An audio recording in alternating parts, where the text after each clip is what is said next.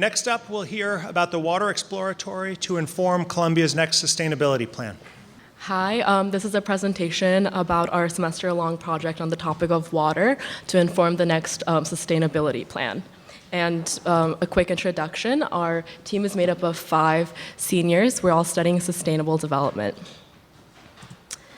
To give a little context as to how this project came about, as part of Colombia's larger efforts to create a more sustainable campus, there's been interest to build on the first university sustainability plan and create a second one. The first one is a formalized document outlining all of the efforts that from various departments that are undertaking to create the campus into a more greener, sustainable environment. And the second one proposes new topics that wasn't mentioned in the first one. The first one included energy, transportation, waste, but the second one thinks that we must propose a topic, for example, water, which is very important. And moreover, as some of you may know, this year is the Year of Water, a year-long interdisciplinary exploration of water and all of its complexities. So with that being said, our clients were the Environmental Stewardship Office, as well as all of the members related to the Year of Water initiative. We have 2 focuses in our project. Some of the challenges were that it was so broad. Water is such a big issue, and it's our most precious resource, but we've been able to focus on 2 parts, and that being conservation of water, as well as the reduction of plastic water bottle usage. The first part includes some efforts at Colombia, that what we do well with water conservation, as well as looking at other institutions. This includes literature reviews and also conducting an audit of 2 buildings on campus. The second part is navigating away from bottled water usage. So we have also conducted research and surveys and experiments, participant observations on like what can the campus preference tell us about why people choose bottled water over tap water, and et cetera. So overall, both of the parts include mixed research on qualitative and quantitative methods. We've consolidated an hour-and-a-half long presentation into just 10 minutes, so we're going to talk about the most important parts of our presentation. So the first part of our presentation, as she mentioned before, was focused on water conservation. So to begin, we looked at it from more of a qualitative perspective, and we wanted to see what other universities were doing. So we chose a couple universities, some based on a reputation in water conservation, others because they have similar challenges to us. And then we saw what they were doing, we took notes, and then we wanted to compare that to what Colombia is doing. And as we were researching Colombia, we found that there were a lot of obstacles that kind of got in the way of getting the information that we wanted to get. So we noted those obstacles, a lot of which were related to water measurement of water use, and then others which were related to user-friendly information. So as we came away with key takeaways from this section, the biggest ones were overcoming these obstacles related to water use measurement so that you could track it over time and see how we improve. And then the second was to build on existing efforts in education and engagement so that people can be informed on best practices and actually carry those out. Then the second part of our water conservation research involved more quantitative methods and actually like going into the buildings and seeing it for ourselves, talking to people. So the second portion of this consisted of the audits which we conducted. So in terms of the audit, we planned and implemented the audit based off of a lot of information that many different individuals at Columbia were able to sit down with us, and we were able to interview them and get their perspective on what we should actually do, because there's a difference between counting how many shower heads are in a building and actually finding meaning behind it. So some of the people we talked to were Professor Manullah, as well as, and he's the director of the Water Center at Columbia, as well as Peter Michaelides, who is the director of facilities and operations.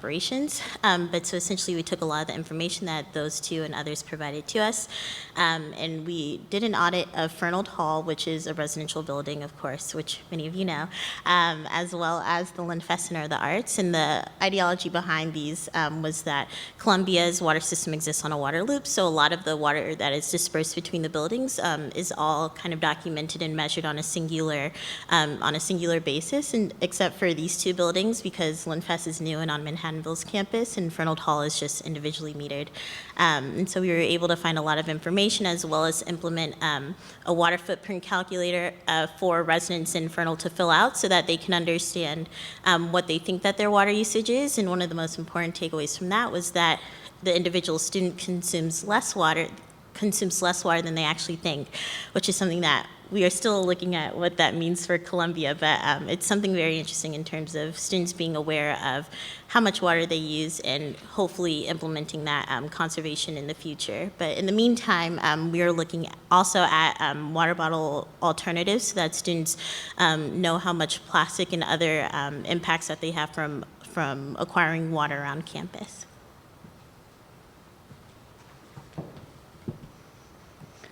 So the second part of our project was looking at water bottle usage on campus and trying to understand what consumer habits are. So we did an in-depth literature review on consumption habits across America, and we found that predominantly people drink tap water in America, but we also found that the consumption of bottled water has increased fourfold in the past 2 decades. So we wanted to understand a little bit why. As a context to this, 86% of bottles go to landfills. They're not recycled, so that produces a lot of waste. And then we did surveys and interviews with Columbia students to understand their behavioral patterns. We found that on the majority of students, around 72% drink tap water. And they cite that convenience, the fact that it's free and environmentally friendly are the main reasons for doing this. But a large percentage of students still drink tap water. They cite that being able to purchase it anywhere, as well as health and safety concerns about bottled water, about tap water is the main reasons that they choose to drink bottled water. So based on our literature review, survey, and interview with other students, some students say that drinking bottled water is more convenient, safer, and healthier. However, some studies have found that phthalate, mold, microbes, and arsenic and other contaminants were found in bottled water. And the average, transporting the average 500 milliliter bottled water actually emits 50 grams of greenhouse gas emission. So, which means that transporting bottled water from Europe to New York City emits 3,800 tons of greenhouse gas emission for only transportation. And at retail, Americans spend $21.7 billion only for buying bottled water usage in 2011. But this is the most interesting fact is that 44% of bottled water actually comes from tap water. So people spend more than $20 billion to drink tap water. And about 13% of consumed water is actually recycled. So our sustainable people trash our bottled water in recycling bins, and we think that we are sustainable, but actually only 13% of bottled water is recycled.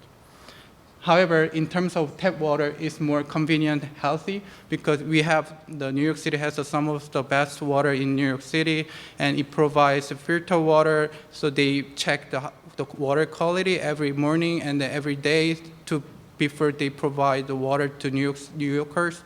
And also it's like at 1 penny per gallon is 1,000 times less expensive than buying bottled water in long term. Also, we don't have to use any plastics to drink tap water. But it's not possible to say don't drink bottled water and only drink tap water. So we have 3 alternatives to plastic bottled water for Columbia University. So the first alternative is water filling station. So water filling station provides a high quality of water at Columbia, depending on the filter status, but we checked that most of water filling station has high quality water filling station status. So Columbia should install more water filling station for students and faculties, and we should encourage more people to use reusable water bottles instead of buying single-use bottled water. The second one is canned water. So based on the interview with DSNY, we found that aluminum has the best value compared to bottled water and boxed water in New York City. not in the United States, but we focus in New York City. And 45% of recycled actually cans are recovered, and the aluminum cans are recycled infinitely. So it's more sustainable than plastic bottled water. Also, it takes 10 to 100 years to decompose at landfill, while it takes 400 years to decompose bottled water. And the last alternative to plastic bottled water is boxed water with carton packaging. So carton has the lowest value and it's not included in container deposit laws in New York. So people tend to trash them instead of making any effort to recycle. But 70% of recycled cartons are recovered, and then cartons are recycled 4 to 5 times. So compared to canned water is much less here, but only 1 to 2 times are recovered by recycling for bottled water. So this is our first and second, third, and we think that water filling station is the most sustainable and the best alternative to plastic bottled water. So what are some of our key takeaways and recommended next steps? First part is about educating new and returning students about the belief that New York tap water is not safe or it's not clean, because as Sang-woo has said, it is. And educating students and faculty alike on how to report leaks in a more efficient manner, and encouraging water conservation as a whole through small, low-cost initiatives like stickers. Second part is navigating away from the plastic water bottle usage. And the best way to do that is increasing the amount of hydration stations around campus and incentivizing students to use more reusable water bottles. And the third feature of this is marketing. It came out of our findings based on water conservation as well as plastic bottle use. Our clients showed a lot of interest in continuing the utilization of art to further promote and engage the community within and outside of Colombia. And something that we've included in our final report is guidelines on effective digital marketing strategies and how to implement interactive tools. This is based on the fact that Colombia is, leading research on climate change and sustainability and water, and we're not just theorizing, we're leading it to action, but how do you make that visible? And we see that communication is key, both external and internal. This is some of the graphics that depict on some of the ideas that we propose, such as communication within the campus, so there's no such thing as working in silos anymore, with the creation of maybe an internal platform and bi-weekly newsletters, as well as digital marketing campaigns that incentivize students how to best use water in an ethical manner, as well as maybe launching a water ambassador program using students to ensure that the dialogue around water persists just outside of also outside of classrooms and the offices. Another idea that we proposed was very low cost and fun. Why don't we have a QR code on our water bottles, and when we scan it with our phones, it takes us to an interactive map that shows us where all the hydration stations are located and maybe the most effective path for us to get there. This is a snapshot of the Sustainable Colombia website.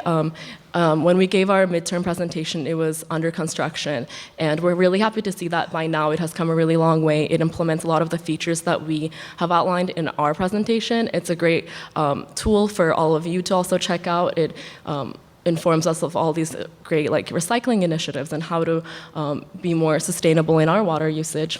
And I think this is a key indicator as to how we are ensuring a dialogue around water even beyond the year. And that is it. Thank you. And if you have any questions.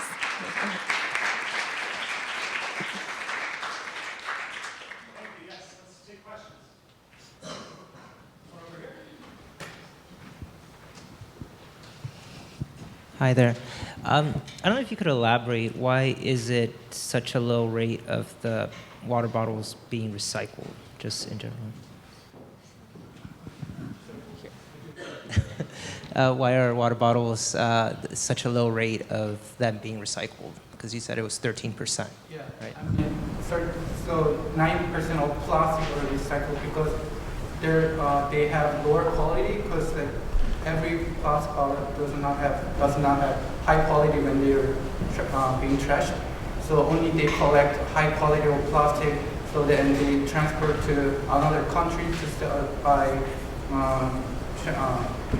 and they transport only high quality of plastic for recycling. So only 13% of bottled water has high quality and then be recycled. Because they trash the lower quality because it's not useful.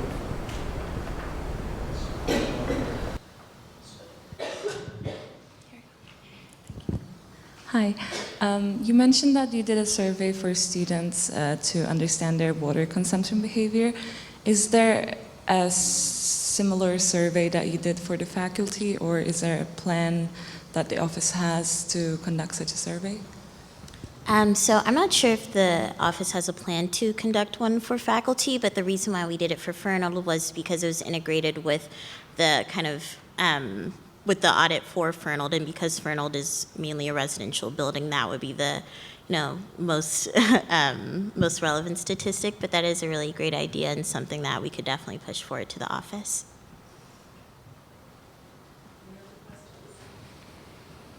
Hi guys, did you look into the maintenance costs or any other challenges regarding the refillable water stations? I know, for example, at like the Dodge Fitness Center, there's a water station that's been down for quite literally months now, and it is located right next to a vending machine with obviously plastic water bottles, and so that is greatly incentivizing people to use that vending machine instead of being able to use a refillable water station. So we didn't look into maintenance costs, but one of the things that we did look into, kind of on a related note, was about like student and faculty accessibility to being able to report things like that. So we looked into it in the context of leak reporting. So originally, like when we were looking at our peer institutions, places like Stanford had like a hotline that you could call to report leaks. Other places had a lot of conversation around reporting leaks in the context of saving water, whereas Columbia had information about reporting leaks in the context of preventing mold. So we're trying to kind of change the conversation around that and just making information user-friendly so that people can know how to report things like that and maintenance can be more responsive to it. And just to add on, the website does a really great job of addressing on how to determine, for example, whether a certain location is like suitable for a hydration station. And we did look at the costs and stuff, and everything does determine the long-term benefits outweigh the cost that it might take to install one. Yeah. Behind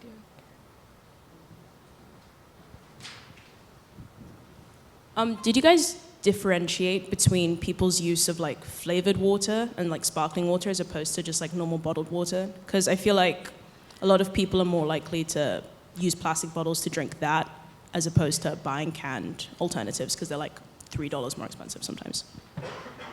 So we didn't differentiate that in this study, but you're right. That would be a really good place to expand our research later on. We did get some people reporting that they will drink soda instead of tap water when they go to restaurants, for instance. But yeah, that would be a great way to expand the project. Oh, and we also, during our surveys, we asked between, we had filter water as well as regular tap water from the sink and bottled water. And we found that people they like both filter and bottled water at about the same rate and taste-wise.